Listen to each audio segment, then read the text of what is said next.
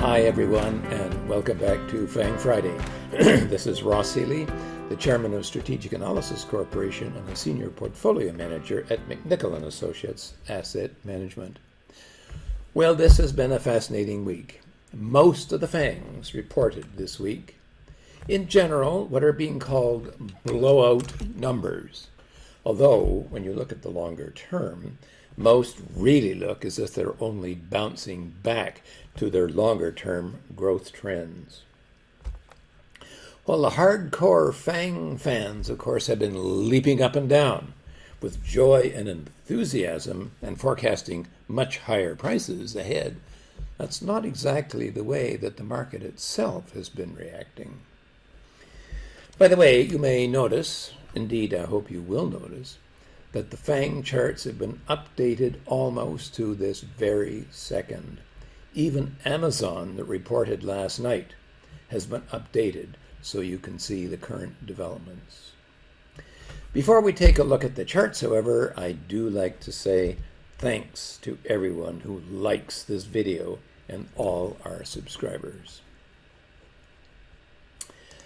Okay, turning to the individual FANGs, well, of course, my favorite, Alphabet, has just simply continued to move higher and higher and higher.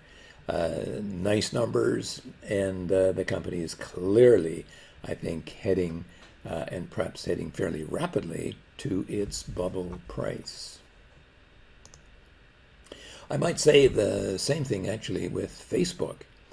Okay, the other real value stock among the FANGs.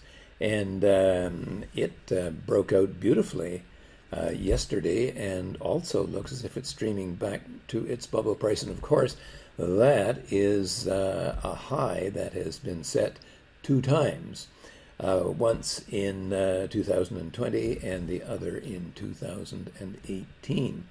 So it looks like maybe a triple top coming up, but let's not anticipate things yet. NVIDIA, well, NVIDIA, we got a nice buy on NVIDIA down at its HB3, and it met my full expectations of a move to its HB4, and subsequent to that time has been having a hard time getting any further, which in a sense is kind of strange because the fundamentals for the industry appear to be booming. However, we don't argue with the market. We simply observe, and this stock is having its own difficulties right here. Microsoft simply continues to move along either side of its HB2, which is 12 times its book value. Again, that kind of trading I refer to as sloppy trading. Again, it's not precise, and it's not giving us any clear indications of where the stock wants to go. However, if you just stay with the stock, it's been the balance sheet itself has been growing at about 20% compounded. So just standing in one place means you're getting richer. Amazon, after giving us a sell, really has kind of been waiting, and I want to show you something here quite interesting. Here, I hope you can see the dotted line there that I just put on the chart, because what you see here is that the shares very recently have done two things. The first is that they've reached back to their HB3 after having broken down there. And the other is that they've reached back to their old price high, that price being set way back in August of 2020. Also, if you happen to be a confirmed market technician, you can see that there is a clear, I don't know whether you would call this a platform, but you can see a clear resistance level. And breaking out here will be positive for us, and of course would be very positive for a market technician.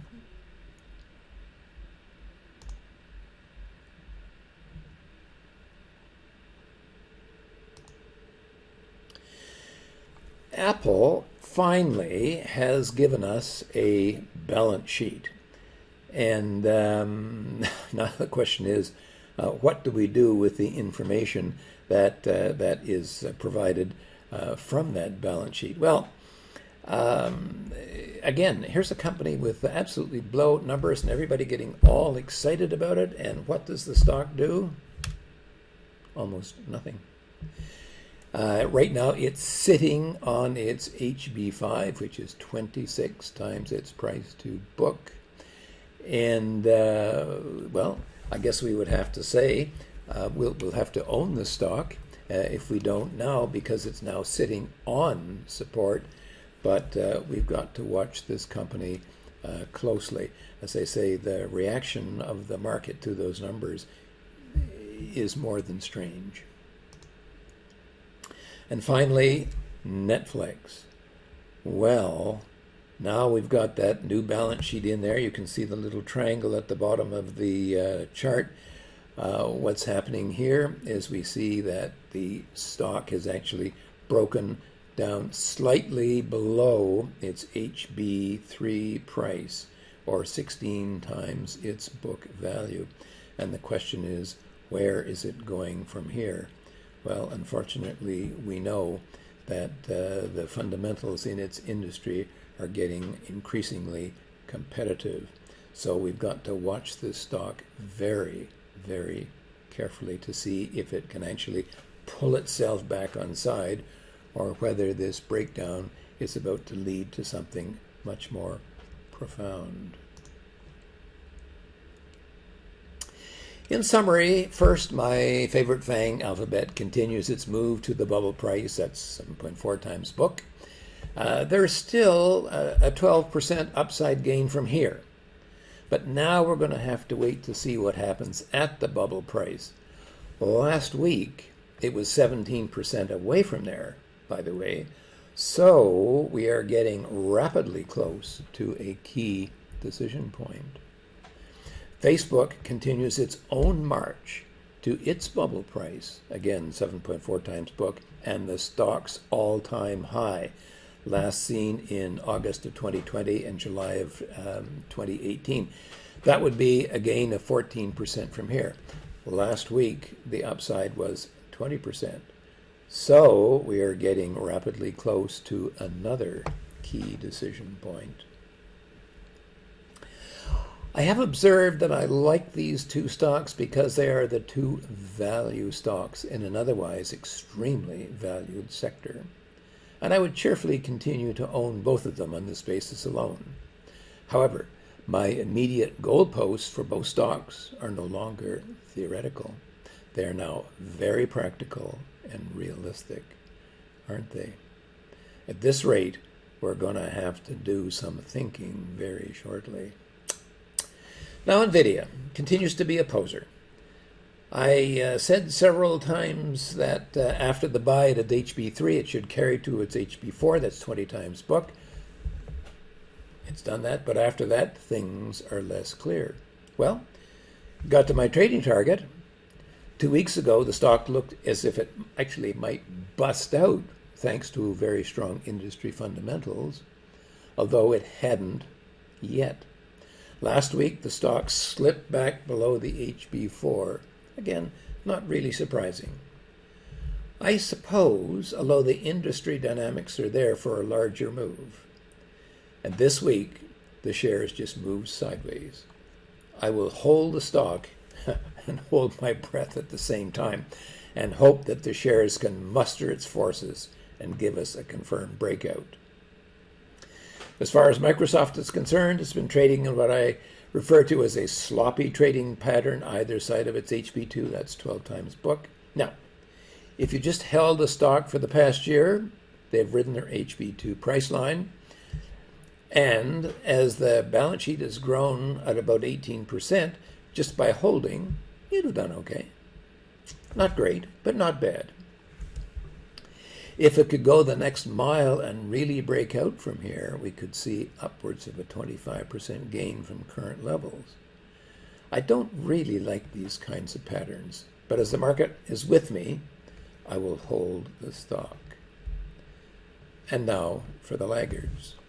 The first is Amazon. Well, Amazon posted the usual superb numbers. No surprise. And with the now up to the second updated balance sheet, we see that the stock is right at both its HB3 and its technical high price last seen in August 2020. This is definitely a stay tuned for next week situation. Second, with its new balance sheet in, it's clear that Netflix is teetering on the abyss, and the bottom is a long way down. I made the mistake of saying, I don't like Netflix, to one of my clients, and she immediately piped up and said, oh, but I really love their programs. Personally, I really like Queen's Gambit, and I am still enjoying the Crown series. What I don't like is the valuation of the Netflix stock. And I feel that the entire streaming industry is kind of crowding in on the company. Anyway, the shares are trying to hold in here just below their HB3 price at 16 times book. So we shall see. Like Amazon, my best advice right now is stay cautious and stay tuned. That leaves me with Apple. And we now have the latest balance sheet in with all of the share repurchases to date. The company had superb sales and earnings numbers and is promising to buy back another 60 billion or so of their stock, all of which should be great for the share price, one would think. Now, Alphabet, Netflix, and even Amazon had managed to pop on their earnings. Apple just went,